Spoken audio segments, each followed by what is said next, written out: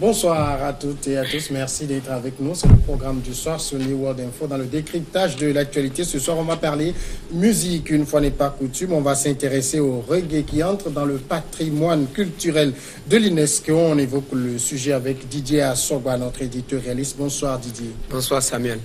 Le reggae, musique popularisée dans le monde entier par son icône Bob Marley, a été inscrit jeudi sur la liste du patrimoine culturel immatériel de l'UNESCO qui a souligné son message d'amour et d'humanité. L'organisme de l'ONU a souligné la contribution de cette musique jamaïcaine à la prise de conscience internationale sur les questions d'injustice, de résistance, d'amour et d'humanité et sa dimension à la fois cérébrale, sociopolitique, sensuelle et spirituelle. Didier Assogba, le reggae comme une musique aujourd'hui inscrite au patrimoine culturel de l'UNESCO. Est-ce que ça se mérite?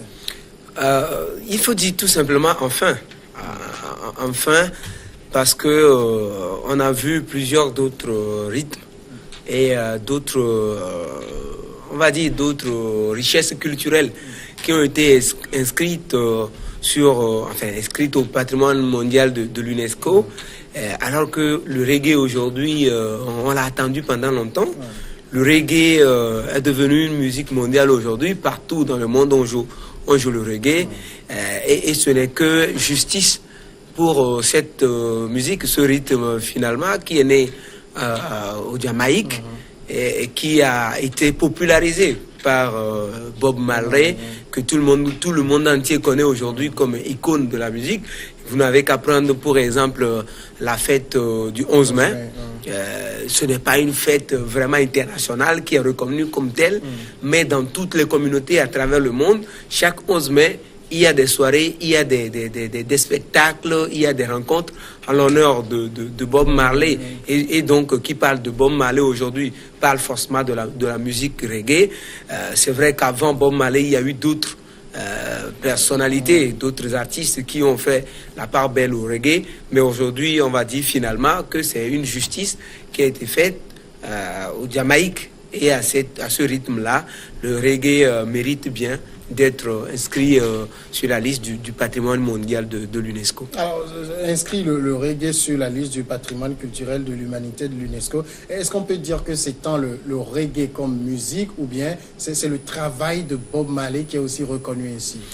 Le reggae comme musique également, mais beaucoup plus l'importance que lui a donné Bob Marley à la fin. Parce que le reggae, comme je le dis, se pratiquait avant Bob Marley, mais dès que comment on va dire, cet anglo-jamaïcain, finalement, s'est emparé de cette musique et qu'il a modernisé, le reggae est devenu un rythme mondial, comme je le disais, et dans tous les pays, dans toutes les communautés, avec Bob Marley comme icône, le reggae est pratiqué. Même aujourd'hui, dans des églises, dans des mosquées, si je ne m'abuse, le reggae est joué. Les compositions sont peut-être différentes, mais au fond, c'est toujours la musique reggae. Et je ne pense pas que cette inscription au patrimoine mondial de l'UNESCO ferait du mal à qui que ce soit, parce que si on parle du reggae, d'aucuns penseraient d'abord aux Rastas ou aux autres, mais ce n'est pas forcément, le reggae n'est pas la Rastafari, mais le reggae c'est carrément une identité, et comme je le dis, c'est devenu un rythme mondial qui se joue dans presque toutes les cultures, dans tous les groupes, dans toutes les ethnies, et même dans toutes les religions à travers le monde. Le reggae est omniprésent. Et aujourd'hui, l'inscrire au patrimoine mondial de l'UNESCO, c'est reconnaître la portée mondiale de cette musique et de ce rythme-là, mais également le travail de modernité qu'a apporté Bob Marley à cette musique. Et comme je le dis, ce n'est que une justice qui a été faite. Est-ce que c'est aussi une justice qui est rendue à la Jamaïque? Oui, parce que Bob Marley, on sait que c'est un anglo-jamaïcain, mais on l'identifie beaucoup plus à la Jamaïque, parce que sa maman est jamaïcaine, il a vécu là, abandonné par son père. C'est peut-être ce qui lui a donné finalement la latitude de se saisir de cette musique et de la moderniser. Aujourd'hui, après Bob Marley, il y a eu d'autres personnes. Il y a eu d'autres personnes qui ont porté son combat. Il y a eu les Peter Tosh, il y a eu les Culture, il y a d'autres personnalités, d'autres artistes Jamaïcains qui ont porté le flambeau qu'avait laissé Bob Marley. La Jamaïque, qui parle de Bob Marley parle de la Jamaïque, et qui parle de la Jamaïque parle du reggae. Et donc la Jamaïque s'est réjouie d'ailleurs par sa ministre en charge de la culture qui était présente lors de cette décision de l'UNESCO. Elle a salué une victoire pour la Jamaïque, et elle déclarait même d'ailleurs qu'à partir de maintenant, quand on va parler de la Jamaïque, tout le monde entier saurait que la Jamaïque, saurait où se trouve la Jamaïque sur la carte du monde. C'est avoir un site ou une culture comme le reggae, être inscrit sur la liste du patrimoine mondial de l'UNESCO, c'est comme obtenir une qualification pour la Coupe du Monde. C'est une affaire mondiale, et la Jamaïque est en train de la célébrer actuellement parce qu'elle mérite d'avoir cette reconnaissance. Elle a piloté ce dossier de bout en bout pour que le reggae soit reconnu comme un patrimoine mondial, un rythme international. Aujourd'hui, c'est reconnu, et je pense que la Jamaïque mérite ça, et tous ceux qui sont férus du reggae également méritent cette reconnaissance mondiale de l'ONU. Alors, on parle du reggae, on parle de Bob Marley. On sait que Bob Marley était Rasta. Vous évoquez tout à l'heure. Est-ce que c'est une musique finalement de Rasta? Parce que on a l'impression que pour faire du reggae, vivre l'esprit du reggae, il faut être un Rasta. Non, pas forcément, pas tout à fait. C'est l'impression qu'on a certaines fois du dehors, mais on a vu plein de Rastas qui font des chansons, qui font du zouk. On a vu des Rastas qui font de la musique urbaine. Mais il y a d'autres Rastas qui font le reggae. Mais beaucoup de Rastas s'adonnent au reggae parce que la philosophie Rasta, Bob Marley l'a portée et l'a associée un peu avec la musique reggae. Ce qui fait que tous ceux qui aiment la musique reggae pensent mieux traiter cette musique, mieux faire cette musique en adoptant la philosophie Rasta. Alors que le rastafarisme, c'est carrément autre chose. On peut être Rasta sans porter des dreads, mais aujourd'hui, la mode, c'est que tous ceux qui se disent Rasta portent des dreads.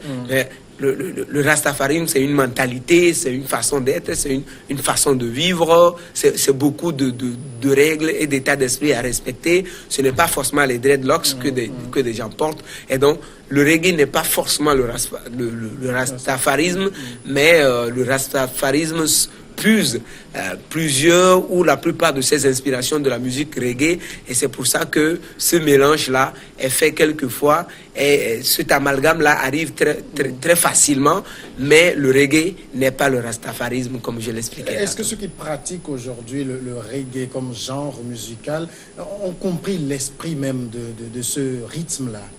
Je crois que le reggae a évolué à travers le temps. Au départ, c'est une musique, c'est un rythme laissé aux communautés marginalisées, aux groupes. D'ailleurs, à la base, c'était des esclaves qui ont créé ce rythme parce que pour, on va dire, noyer leur peine, noyer leur souffrance d'esclaves, ils ont créé ce rythme-là. Et après, ça a évolué à travers le temps. Arrivait le temps de la colonisation, arrivait le temps de la décolonisation, le temps des exclusions sociales. Et aujourd'hui, les groupes marginalisés, les gens dans les ghettos, les communautés pauvres, ça a évolué à travers le temps. Mais aujourd'hui, la tendance est que vous voyez plusieurs personnes aujourd'hui, ils jouent de la musique reggae avec un texte d'amour, par exemple, derrière. De la musique reggae avec un texte d'adoration religieuse, par exemple. De la musique reggae avec d'autres formes encore. Mais aujourd'hui, le reggae a su quand même garder son identité. Et vous voyez, le pur reggae aujourd'hui, c'est pour ceux qui composent des textes de dénonciation, notamment dans des situations sociopolitiques. On voit les grands exemples en Afrique, c'est comment l'appelle-t-on, les Alpha Blondy, c'est des chansons qui dénoncent. Les Chicken Jaffa Koli, c'est un engagement contre la dictature en Afrique. Donc, le reggae est beaucoup plus... C'est une musique rebelle, c'est ça? Il est en train de devenir une musique urbaine, mais... il a cette manie-là et cette originalité-là de garder tout ce qu'il avait au départ il est mieux véhiculé, il sert à mieux véhiculer des messages de dénonciation, des messages qui permet aux communautés de s'exprimer, à tout le monde de s'exprimer contre des situations d'injustice et encore de bonne humeur certaines fois, mais c'est beaucoup plus une musique qui ne s'est pas fondue dans d'autres rythmes. Le reggae a su traverser le temps et a su s'adapter à la modernité, comme on dit. Il y a de la rébellion dans le reggae, c'est ça? Oui, c'est une musique forcément qui donne un peu de rébellion.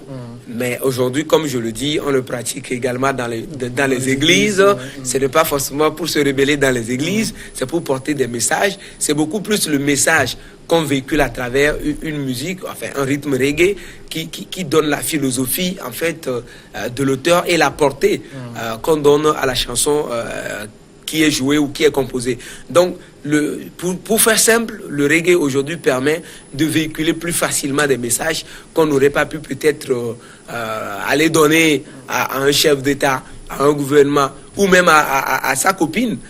Voilà, le reggae permet aujourd'hui de véhiculer très facilement des messages que des gens ne seraient pas en mesure de porter devant un certain nombre de personnalités ou de personnes, comme je l'ai dit. Alors, l'entrée au patrimoine culturel de l'humanité, qu'est-ce que ça apporte à la Jamaïque en termes de gains aujourd'hui? C'est beaucoup d'avantages aujourd'hui. Vous allez voir, les touristes occidentaux vont commencer par vouloir visiter la Jamaïque et s'ils arrivent là, ils vont vouloir visiter on va pas dire les ghettos, mais les communautés où on garde encore cette culture de rastafarisme et également de reggae pur et dur. Certaines vont peut-être aller là pour se ressourcer, surtout pour les musiciens occidentaux, pour se ressourcer, voir comment est-ce qu'à la base le reggae est pratiqué, quelle est la philosophie derrière. Et vous allez voir il y aura plusieurs touristes qui vont aller là. C'est jamais rien de gratuit. Si un site ou une culture comme ça est reconnu comme patrimoine mondial de l'UNESCO, ça apporte toujours une plus-value à l'État qui abrite ce site ou qui porte cette culture-là. Est-ce que la Jamaïque d'abord a réussi de son propre côté à faire de ce genre musical une histoire, une identité? Oui, aujourd'hui, la Jamaïque s'est identifiée à Bob Marley. Un peu comme d'autres pays, la Côte d'Ivoire, quand tu dis tu viens de la Côte d'Ivoire, les gens disent pays de Didier Drogba. C'est aujourd'hui, comme tu dis tu viens de la Jamaïque, on dit d'abord que pays de Bob Marley. Même avant de penser à Usain Bolt, on passe d'abord à Bob Marley. Donc, la Jamaïque a su bien monter le dossier par rapport, autour du reggae et en le soumettant à l'UNESCO, elle était sûre que ce dossier devrait passer et donc elle en tire l'essentiel du profit. En témoigne la réaction de la ministre en charge de la culture qui salue cette reconnaissance-là et qui explique d'ailleurs que ça permet à son pays d'être visible aujourd'hui. Didier Assoba, merci d'avoir répondu aux questions. Merci. On observe un moment de pause et on va passer après à l'invité de ce soir.